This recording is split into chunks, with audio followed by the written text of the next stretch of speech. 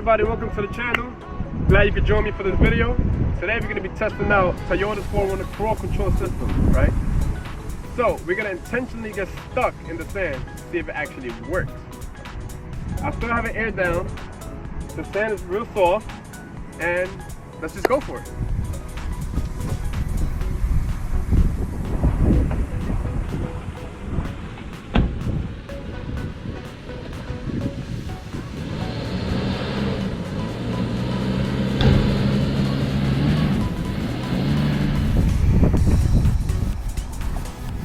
Alright guys, so as you can see, I was able to get myself stuck. It took me a while, but I was able to get the truck where it's sitting on the chassis of the vehicle. Now let's really see if the crawl control is really what it is. So if you come around here, you can see the CRD skid plate touching sand.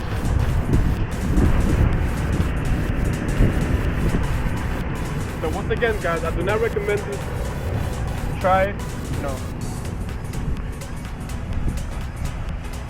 It's very stuck on the passenger side too as well.